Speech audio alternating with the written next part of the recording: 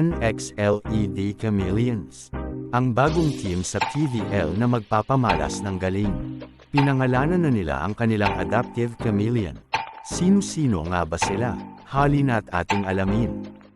Kung gusto mo ng mga PVL updates and more valuable contents, just like, subscribe and hit the notification bell para lagi kang updated sa ating mga bagong videos. Ang unang Adaptive Chameleon na pinakilala ng NXLED Chameleons ay si Danny Ravena. Si Danny Ravena ay kapatid ng mga kilalang basketball player na sina Kiefer at Ferdy Ravena, na parehong naglalaro ngayon bilang import sa Japan.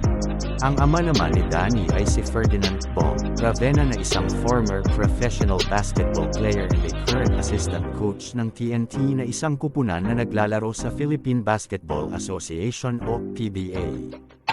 Si Danny Ravena ay nagtapos ng kanyang pag-aaral sa Ateneo de Manila University at naging captain din siya ng volleyball team sa nasabing paaralan.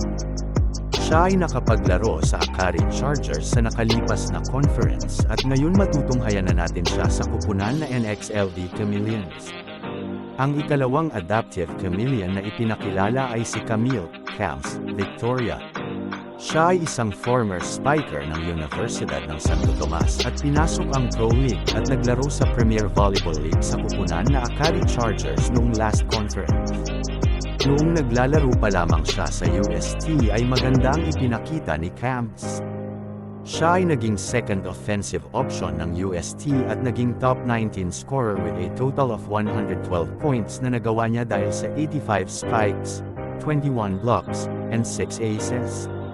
Siya ay naging number 10 best blocker din with averaging 0.39 blocks per set. Ang ikatlong player naman na pinakilala ng NXLED Chameleons ay si Leike Eban.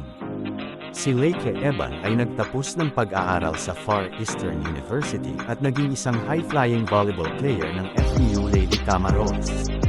Naudlot man ang kanyang karera sa UAAP dahil sa knee injury.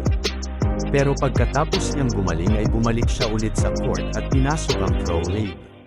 Lumero siya sa PVL sa kupunan na Akari Chargers at ngayon ay nasa kupunan na siya ng NXLED Chameleons para ipamalas ang galing niya.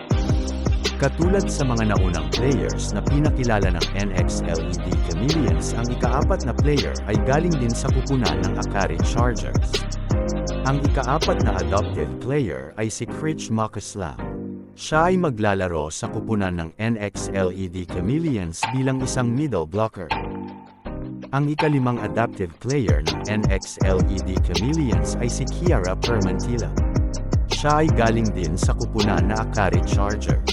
Si Kiara ay nagtapos ng pag-aaral sa Adamson University at siya ay hinahangaan ng maraming tao dahil sa kanyang power and sa pagiging scoring machine. Ang ika-anim na player naman ay si Rachel Jorvina. Si Rachel Jorvina ay isang volleyball player na nagmula sa Canada at naglaro last conference sa PVL sa kupunan na Akari Chargers. At ngayon sa kupunan na NXLED Chameleons naman niya ipapamalas ang kanyang skills at charm. At ang panghuling adaptive chameleon ng NXLED Chameleons ay si Joanna Maraginot. Siya ay nagtapos ng pag-aaral sa Ateneo de Manila University at naglaro din siya sa volleyball team ng paaralang ito. Isa siya sa mga dahilan kung bakit naging UAAP champion ang Ateneo.